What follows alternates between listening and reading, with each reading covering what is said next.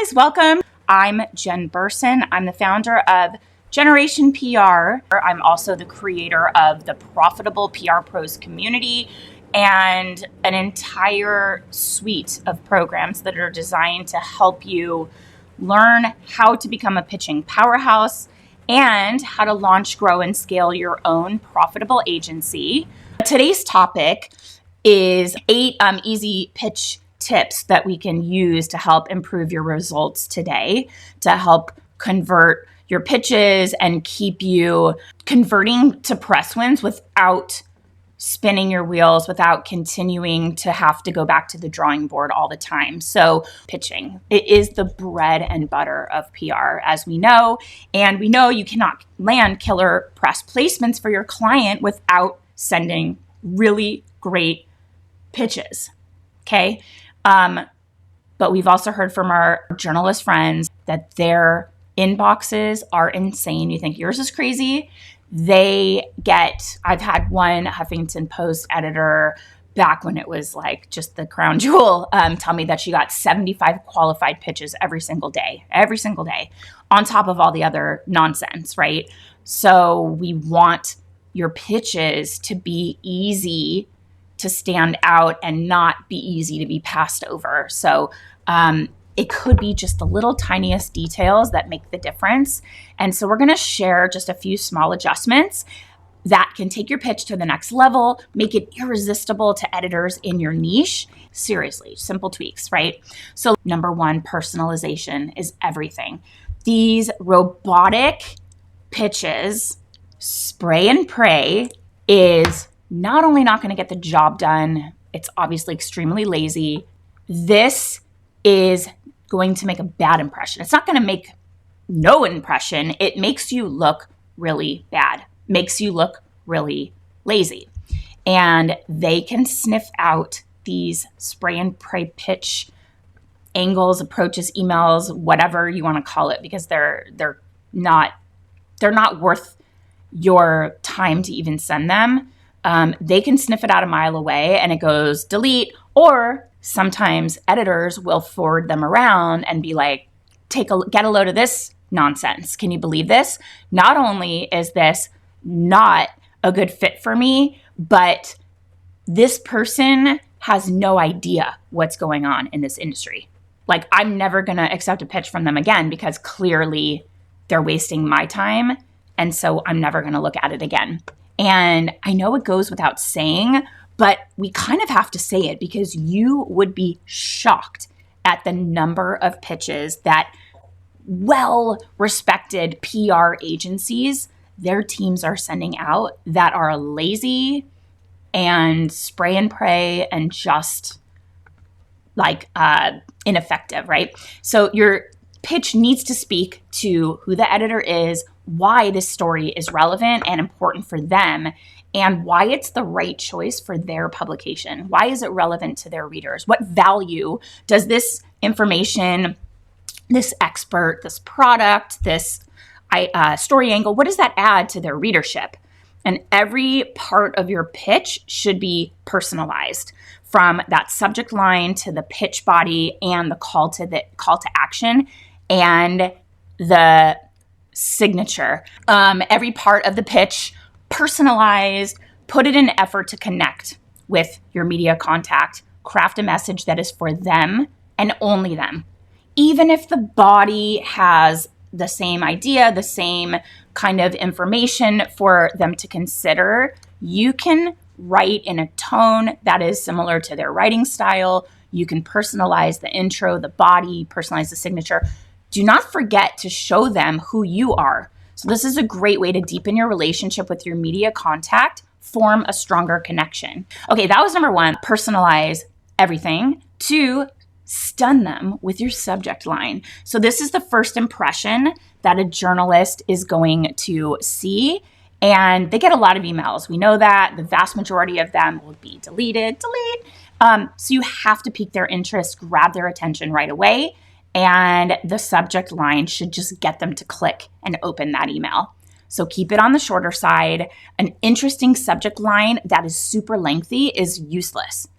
If it gets cut off by the email's preview window, right? So if an editor is using a certain email where they're set up in a way where they can see the name of the person sending it and the subject, but the subject gets cut off because it's long, that's not going to be useful to you. So keep it short and sweet. Personalize your subject lines for every pitch. So we don't want to copy and paste. It's not the way to go here. A subject line relevant to their beat, that publication, their expertise, their readership, whatever you can do to make it personalized, that's far more likely to get their attention than something super vague. And I don't like the cutesy messages that are like tongue in cheek and they have to figure out like what the heck is even going on here. Just simple, short and sweet, grab their attention to get them to want to click and open and read the rest. Okay. Number 3, you're writing a pitch. It's not a novel. Save the hundreds of words for your book, because just because you can write hundreds of words for your pitch doesn't mean you should. Obviously, you should not. When writing a pitch, the goal is to get the editor all of the info they need just to decide whether or not to proceed with your pitch, your idea, to ask what's next. You can hit your main points and you shouldn't need more than a few hundred words. And you can summarize your main ideas, the main points, what can this expert speak on, with bullets, just to keep it really simple. And the pitch lead is part 2 of your pitch's first impression. And that's when the journalist opens your email. And if they look and they see a massive first paragraph waiting for them, they're not going to want to read all the way through that, just to pull out the information that they need to consider what your idea is. So 2 to 3 sentences just for that lead part. That's best. Short sentences. I tend to write long run-on sentences. I will go back after I've gotten all my thoughts out, and then all of the connecting words, like another da-da-da-da, so that da-da-da-da, and then da-da-da, you've got to cut those connecting words out and convert it into different sentences so that they're short sentences. That's the best. It is a level of respect by not just dumping things on them and letting them figure it out. This is number 4. Don't make editors search for info. That's not respecting their time. Being concise, having a well-edited response or pitch or email or blog post, that takes more time than just a word dump. When you go back through and you trim and you make sure that every piece of it is important to consider and relevant, that takes more time. So, that editing is love. Editing is sharing that you value their time, right? Because you're giving them just the fundamentals. But the other thing here with having editors search for information, editors are really busy. They don't need to take that extra step to head over to Google, search your client's website. You want to link out to relevant info like the client's website and specific products if you're pitching it, so that they can click right through and get that information if they need it at the tip of their fingers.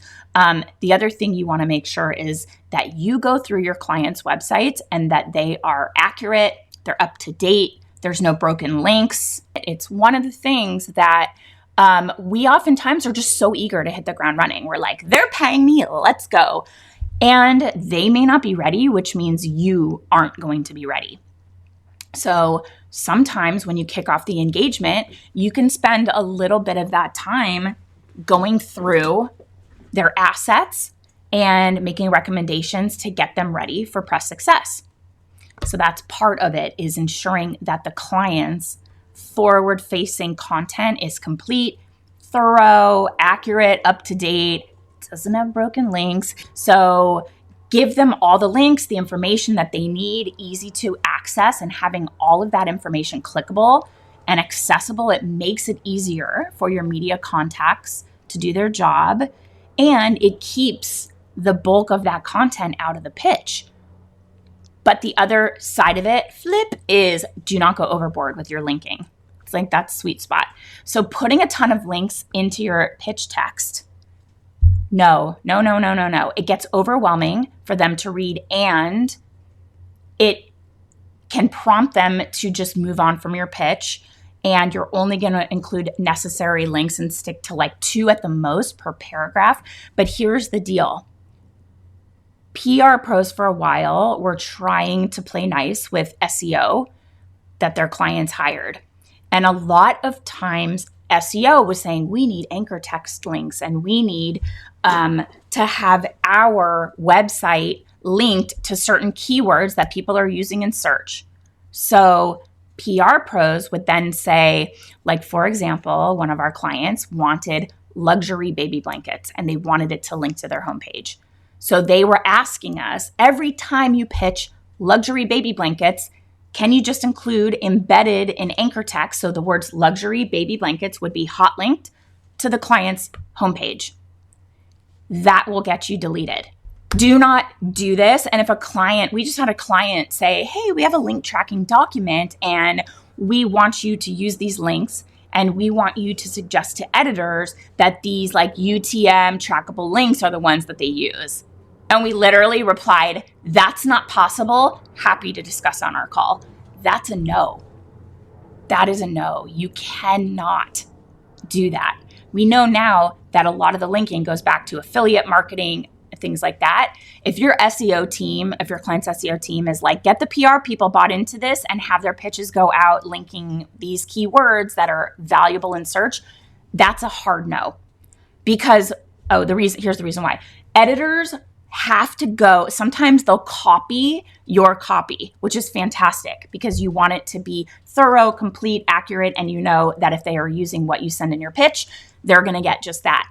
But if they then have to go back and delete all of your links and all of the weird code that comes along with it, that is not going to happen. You're just going to get left in the dust. So keep that in mind. Don't go overboard with your links. And number 5, avoid those attachments. So when you're including your client's assets with your pitch, we know you could just attach it. Super easy. And press send. But that's a big no. We've heard this a million times, right? So when you include these attachments, sometimes it gets flagged as spam and it'll just go into the abyss and never get seen. A lot of editors are reading through new pitches while they're on the go. Sometimes these attachments, they won't load. It causes their, like the spinning wheel of doom, and they just get annoyed. And they can't really see the attachment until they're back in the office anyway, or back at their computer. So instead, you can consider including your client's assets in links to a special Google Drive or a Dropbox folder. You want to make sure if you're using a Dropbox or Google Drive, and you link to that in the body of your pitch, that you're ensuring that viewing and editing permission are up to date so that they can access it. Because if they have to request access after you've provided a link, that's ridiculous. You should have that set, make sure they can access it, and they do not have to ask for permission.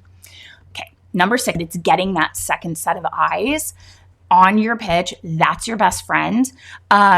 For me, a second set of eyes is my eyes after I've taken a little break, after I've had time to refocus my eyes, I've taken the dog for a walk, or maybe I've had lunch, or I put the pitch away for an hour and then come back with fresh eyes. Because I'm a good editor, but sometimes I'll miss things the first time around. If you're confident in your editing skills and your grammar, take a break.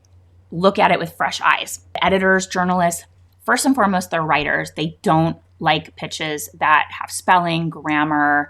It shows a lack of respect, and it shows that they'll think you're not smart. I'm sorry to tell you, they just don't. So you never want them to think that you just threw together a pitch and just sent it out without a second thought, which we never do. But sometimes if there's grammatical errors or little typos, you look like you were haphazard and hasty. So check with a team member, ask someone to read over it to get their eyes on your pitch, to just punch it up a little bit before you send it. that fresh set of eyes, somebody else, they'll spot those little mistakes that you might have overlooked, anything that, obviously you didn't mean, or like sometimes you'll write something and spell check will change it. And you're going, I didn't mean to say that. If there's clunky wording, so getting that fresh set of eyes. And if you're sending out a last minute pitch and you can't find anyone on short notice, run it through Grammarly, better than nothing. And you can also try reading it out loud.